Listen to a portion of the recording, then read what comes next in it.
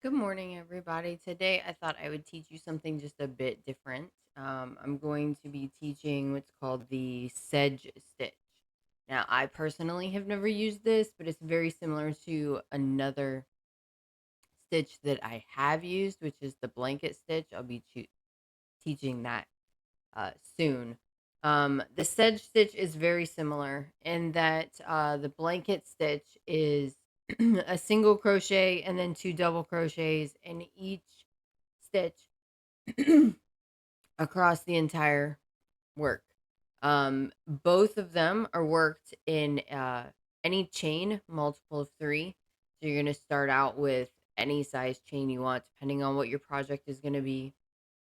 You're going to start with a multiple of three. So today we're going to start with just 21 just because I feel like it's easier. It's a kind of a perfect size. Now, because I do things a bit different, I always start every project, with what I call a foundation row or a starting row. I have found that especially with this this stitch and the blanket stitch as well, that when you're working these stitches, sorry, I keep losing count because I'm talking. 1, 2, 3,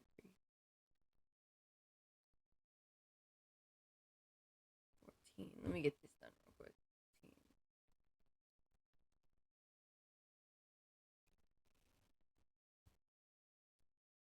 All right, so there's my 21 chains. Okay, and I'm just using a leftover skein of this was a Karen cake, or Corone, however you say it. I don't know. I call them Karen cakes.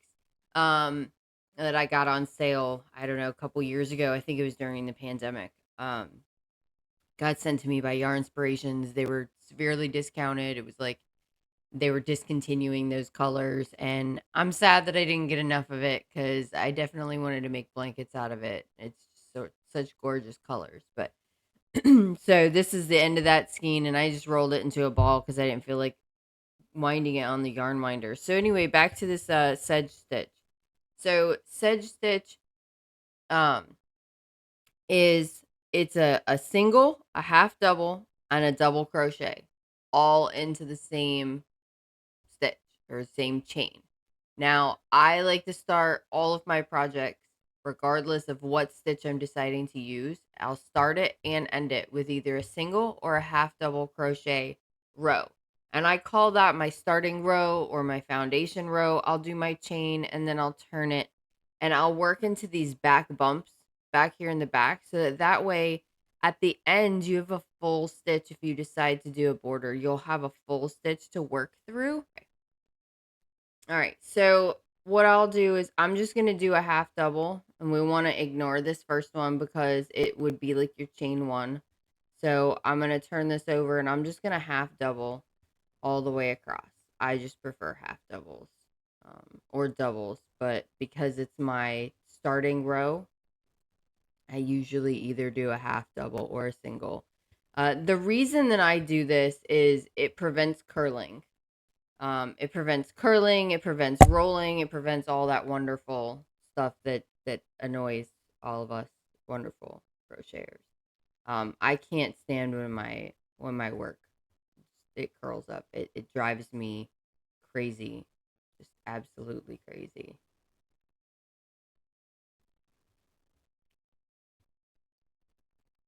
I'm just gonna go ahead and get this half double crochet row done, and it'll be all the way across. My plan is to go ahead and get one video done a week. If there's anything in particular that you'd like to see, I'm going to try to learn new stitches to then turn around and teach you guys as well. Um, if there's anything that you'd like to learn, anything that you've seen that you're interested in, I have a few things on my list. So this one, the Sedge Stitch is one, the Moss Stitch, which is a single crochet chain, one alternate. And look at me, I'm talking about single crochet, so now I'm trying to do it. It's a single crochet chain one, and that alternates the repeating pattern.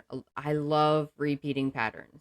You just repeat the exact same thing over and over and over and over again. For some people, it becomes monotonous.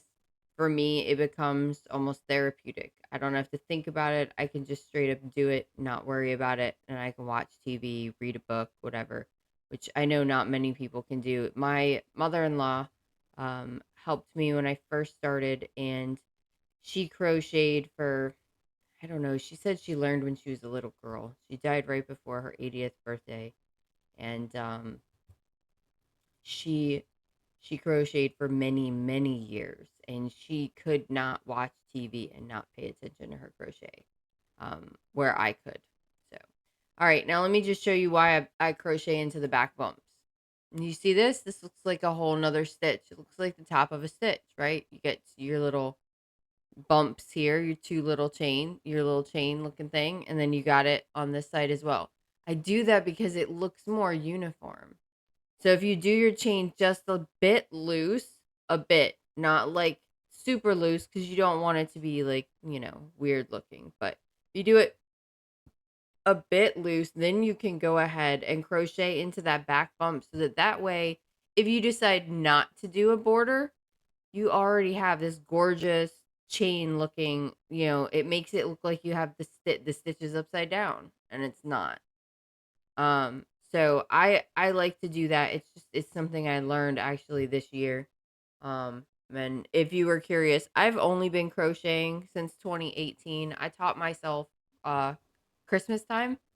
Right after Christmas, I got some money for Christmas, and I decided I was gonna teach myself how to crochet. So while standing in the yarn aisle at Walmart, I bought a learn how to crochet um book kit that came with a bunch of hooks, and as they say, I got hooked, and I've been doing it ever since. Sometimes to the point of my carpal tunnel will act up so bad that I can't crochet, and then sometimes I'll just be like, you know what, I don't care if it's acting up, I'll crochet anyway. So, all right, back to this sedge stitch. So now that we have this foundation row, as I like to call it, or your starting row, because I prefer to do this. Now that we've got that, I'll go ahead and chain one, and you're going to do a half double into this first one. So that's let me go ahead and show you how to do that. Half double is chain over or yarn over, insert into the stitch, yarn over again, pull up through the loop, and then you're going to yarn over again and pull through all 3 loops on your hook. So it looks like this. So that's a half double. And then you're going to do a double crochet. So you're going to yarn over, insert into the stitch. That same stitch, guys, we're doing into the same stitch. You're going to insert into that stitch, yarn over again, pull up so that you have 3 on your hook. You're going to yarn over, pull through 2, yarn over, pull through 2. So your first stitch should look like this. And this is, we're going to call it a cluster today, but that's not what that is. I have plans to actually teach you how to make a cluster, but your first stitch, so to speak, is going to be this chain one, a half double crochet, and then a double crochet. And then we're going to skip 2 stitches, and we're going to go to this one. And then you're going to single crochet, half double crochet, and double crochet all into that same stitch. So single, half double, and a double. Now, from what I understand, this stitch is perfect for like washcloths, dishcloths, anything that you want to be kind of thick, but not bulky thick. You want it to have a nice, like, thick stitch to it and look, not necessarily look, but if you want it to, to be able to be more absorbent or whatever. But you can use this stitch in literally anything. The blanket stitch is really similar. The blanket, which is why I keep trying to do 2 double crochets. The blanket stitch is a single crochet and then 2 double crochets into the same one. And if you notice, I'm skipping these 2 stitches, going to the third, doing the single crochet, then the half double. Sorry if my nails are a bit distracting today. I just realized they're very shiny and very sparkly. I decided to do a totally different color today. All right, so single crochet, half double. My yarn ball might roll into the screen. And a double. All right, so we're getting to the end here, and it's going to look a little funny because, so you're going to skip these two, and we're going to do all those stitches into this, and then we have one more stitch on the end, and I'm going to show you how to do that as well. So every time, you're going to always be left with just one stitch at the end. And the reason for that is because we have to do a single crochet into that. So we'll finish this up, and then you're going to single crochet into this stitch here. And then now we have created our first row of the Sedge Stitch. And it is a very pretty stitch. So is the blanket stitch. They both are.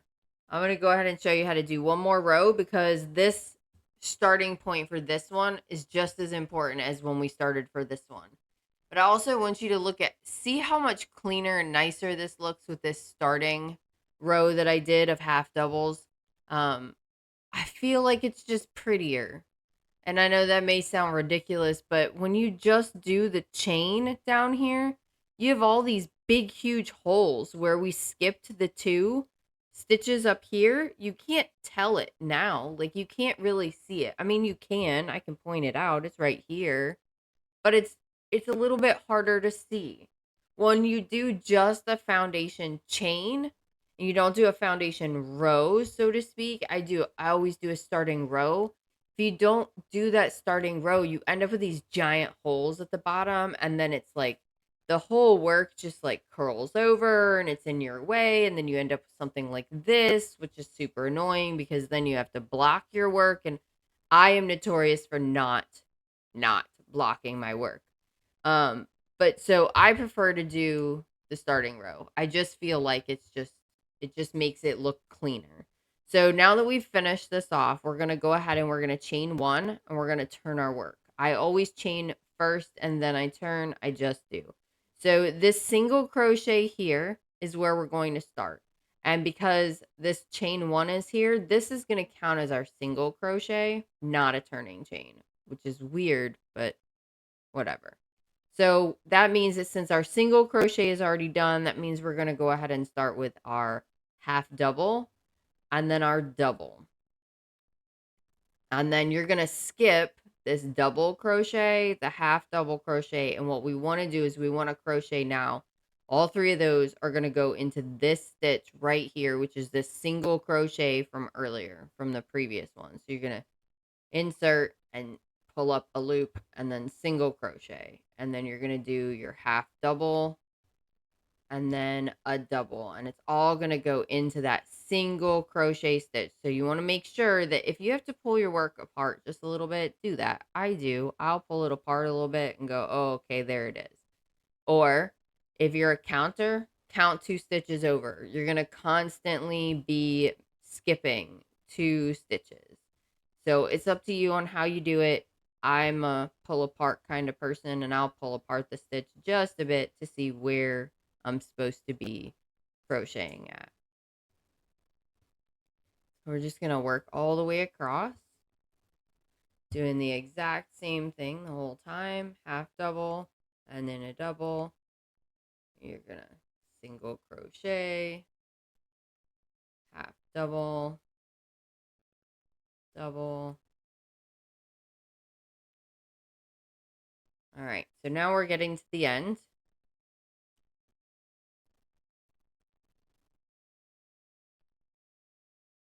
All right. So when we started that first row, we just went straight into the half double, right? So what you're going to do now is, because technically, remember down here, we just did a single crochet. You're going to single crochet into that chain that's down here on the side. Okay.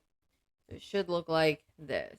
I'm going to go ahead and complete a few more rows just to show you guys how it goes. And then I'll be back to show you the end result. Keep on practicing. See you back in just a minute. All right, I'm back. I went ahead and did like 2 more rows just to show you like what this looks like in a bigger extended stitch. I didn't finish off the last end of it, so let me do that now.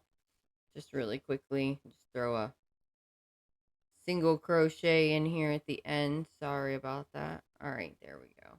So as you can see, it's a very neat, like tight, I hate saying tight knit because this isn't knit, it's crochet. It's a very tight looking stitch. Let me get this hook out of here so you can see. There's the back side. Looks no different than the front side, right? It's just, I don't know, it's just really pretty. And the blanket stitch is no different. It's just, they're both gorgeous stitches. And you look at it and you go, wow, that's just so pretty. I bet it's really hard to learn. And then you find out that it's literally just 3 stitches all in the same stitch and it's repeating. And it's the same as like corner to corner, the moss stitch, the blanket stitch. Like that's something that I love about crochet is you can be taught just a few stitches, single, half double, double, those few stitches, and then you can combine them to make their own unique creative stitch. And by doing that, you make something like this. Um just a few different things. So I'm going to a craft fair in a couple of weeks, and I've been trying to get like some washcloths and dishcloths and different things made. So I think I'm gonna try this stitch in one and just see how it goes. So check out my blog. I'll have that linked down there in the description. It's a free Wix site. I'll have some interesting little things on there as well. So if anybody has any questions, please leave a comment. Don't forget to like and subscribe so you can be notified whenever I post a new video. And go check out my socials. I have Facebook, Truth Social. I'm not on X. I mean, I am personally, but not, for this kind of stuff, not my homesteading or anything like that. I'm on Instagram, but same thing. It's my personal Instagram. I don't have it for the business at all. So yeah, like, comment, leave me a comment down below. Let me know what you think of the video, and I'll see you guys next time when we learn the blanket stitch. Have a good day.